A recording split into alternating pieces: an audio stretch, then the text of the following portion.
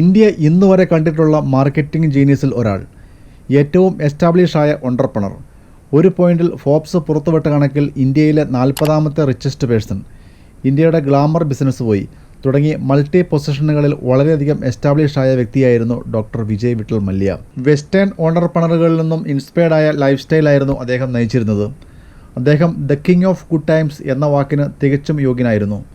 എന്നാൽ ഇന്ന് അദ്ദേഹം അറിയപ്പെടുന്നത് 9,000 കോടി രൂപ ഇന്ത്യൻ ബാങ്കുകളിൽ നിന്നും തട്ടിച്ച് ഇന്ത്യ വിട്ട ബാഡ് ബോയ് ബില്യണയർ എന്നാണ്. 1955 വിട്ടൽ മല്യയുടെ മകനായി ബാംഗ്ലൂരിലായിരുന്നു അദ്ദേഹത്തിൻ്റെ ജനനം. തൻ്റെ പിതാവിൻ്റെ മരണത്തോടെ 1983 UB ഗ്രൂപ്പ് വിജയ് മല്യയുടെ കൈകളിലെത്തുമ്പോൾ UB ഗ്രൂപ്പിൻ്റെ മൂല്യം 40 കോടി രൂപയായിരുന്നു. ആ 40 കോടി രൂപയിൽ നിന്നും 6,000 കോടി മൂല്യമുള്ള കമ്പനിയായി UB ഗ്രൂപ്പിനെ മാറ്റിയത് വിജയ് മല്യയുടെ ബിസിനസ് പരസ്യതന്ത്രങ്ങളായിരുന്നു. വിജയ് മല്യയുടെ വളരെ ശക്തമായ പ്രവർത്തനങ്ങൾ കാരണം ഗ്ലോബലി വളരെ വലിയൊരു മാർക്കറ്റ് ഉണ്ടാക്കിയെടുക്കാനും UB ഗ്രൂപ്പിന് കഴിഞ്ഞു. 60-ൽ പരം രാജ്യങ്ങളിലായിരുന്നു UB ഗ്രൂപ്പ് സാന്നിധ്യം അറിയിച്ചിരുന്നത്. അങ്ങനെ 2005ഓടെ ലോകത്തിലെ സെക്കൻഡ് ലാർജസ്റ്റ് ലിക്കർ ബ്രാൻഡായി മാറുവാൻ UB ഗ്രൂപ്പിന് സാധിച്ചു. തുടർന്ന് റേസിംഗ്, IPL, റിയൽ എസ്റ്റേറ്റ് തുടങ്ങിയ വിവിധ മേഖലകളിൽ കിങ് ഫിഷർ എന്ന ബ്രാൻഡും വിജയ് മല്യ എന്ന കിങ് ഐക്കണും തിളങ്ങി. അങ്ങനെ ഒരു പോയിന്റിൽ വെച്ച് സദേൺ കാലിഫോർണിയ യൂണിവേഴ്സിറ്റി അദ്ദേഹത്തിന് PhD സമ്മാനിക്കുകയുണ്ടായി. അങ്ങനെ കാര്യങ്ങളെല്ലാം വളരെ സുഗമമായി പോകുന്നതിനിടയിൽ തൻ്റെ മകൻ്റെ 18ാമത്തെ ബർത്ത്ഡേ പാർട്ടിയിൽ വെച്ച് വിജയ് മല്യ തൻ്റെ സ്വപ്ന പദ്ധതിയായ കിങ് ഫിഷർ എയർലൈൻ രാജകീയമായി ലോഞ്ച് ചെയ്തു. കുറഞ്ഞ ചെലവിൽ ഹൈ എൻഡ് ഫെസിലിറ്റികളായിരുന്നു കിങ് ഫിഷർ എയർലൈൻ കസ്റ്റമേഴ്സിന് നൽകിയിരുന്നത്. തുടക്കത്തിൽ തന്നെ നഷ്ടത്തിൽ നിന്ന് നഷ്ടത്തിലേക്കാണ് പോകുന്നതെങ്കിലും 2007ഓടെ കിങ് ഫിഷർ ഇൻ്റർനാഷണൽ ഓപ്പറേഷൻ തുടങ്ങാൻ തീരുമാനമെടുക്കുകയും അതിനായി 5 വർഷം ഡൊമസ്റ്റിക് എക്സ്പീരിയൻസ് എന്ന നിയമം മറികടക്കുവാൻ ഡെക്കാൻ എയർലൈൻ എന്ന ബഡ്ജറ്റ് എയർലൈൻ വലിയ തുകയ്ക്ക് വിജയ് മല്യ സ്വന്തമാക്കുകയും ചെയ്തു. അവിടെ മുതലാണ് അദ്ദേഹത്തിൻ്റെ പതനം ആരംഭിക്കുന്നത്.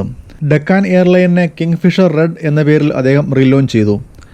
അതിലും അദ്ദേഹം കുറഞ്ഞ ചെലവിൽ പ്രീമിയം സർവീസുകളാണ് നൽകിയിരുന്നത്. തുടർന്ന് കുറഞ്ഞ ചെലവിൽ കൂടുതൽ സൗകര്യങ്ങളുള്ള കിങ് ഫിഷർ റെഡിലേക്ക് കൂടുതൽ പാസഞ്ചേഴ്സ് ഫ്ലൈ ചെയ്യുവാൻ തുടങ്ങി. ഇതുമൂലം താരതമ്യേന കൂടുതൽ ടിക്കറ്റ് റേറ്റ് ഉള്ള ഒറിജിനൽ കിങ് ഫിഷറിൽ യാത്രക്കാർ കുറയുകയും ചെയ്തു. അപ്പോൾ റെഡിൻ്റെ നിരക്ക് കൂട്ടി. അപ്പോൾ പാസഞ്ചേഴ്സിൻ്റെ എണ്ണം കുറയുകയും അങ്ങനെ നഷ്ടവും ബാങ്ക് ലോണും കുന്നുകൂടാൻ തുടങ്ങി.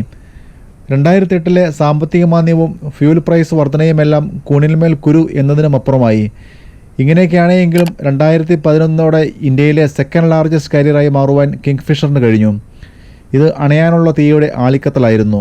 ചുരുങ്ങിയ സമയത്തിലെ വമ്പൻ ഏറ്റെടുക്കലുകളും എയർലൈനിലെ നഷ്ടത്തിലേക്കുള്ള ലാൻഡിങ്ങും എല്ലാം ഉണ്ടായിരുന്നിട്ട് കൂടി പോർ ക്രെഡിറ്റ് സ്കോറുള്ള വിജയ് മല്യയ്ക്ക് വമ്പൻ ലോഡുകൾ തരപ്പെടുത്താനായി. 2012ഓടെ ഫ്യൂവൽ കമ്പനികളുടെ പേയ്മെൻറ്റും ജീവനക്കാരുടെ സാലറിയും കൊടുക്കുന്നതിന് തടസ്സങ്ങൾ നേരിടാൻ തുടങ്ങി. ഗവൺമെൻറ്റുമായുള്ള പലവട്ട ചർച്ചയ്ക്കൊടുവിൽ രക്ഷപ്പെടാനുള്ള സകല വഴികളും അടഞ്ഞതോടെ 2012 ഡിസംബറിൽ കിങ് ഫിഷർ എയർലൈൻസിൻ്റെ ലൈസൻസ് നഷ്ടപ്പെട്ടു. ഇതിനകം വിജയ് മല്യ എടുത്തുകൂട്ടിയത് 17ഓളം പബ്ലിക് സെക്ടർ ബാങ്കുകളിൽ നിന്നായി 6,000 കോടി രൂപയായിരുന്നു. തന്നെയുമല്ല, ഈ തുകയ്ക്ക് അദ്ദേഹം പേഴ്സണൽ ഗ്യാരണ്ടിയും നൽകിയിരുന്നു.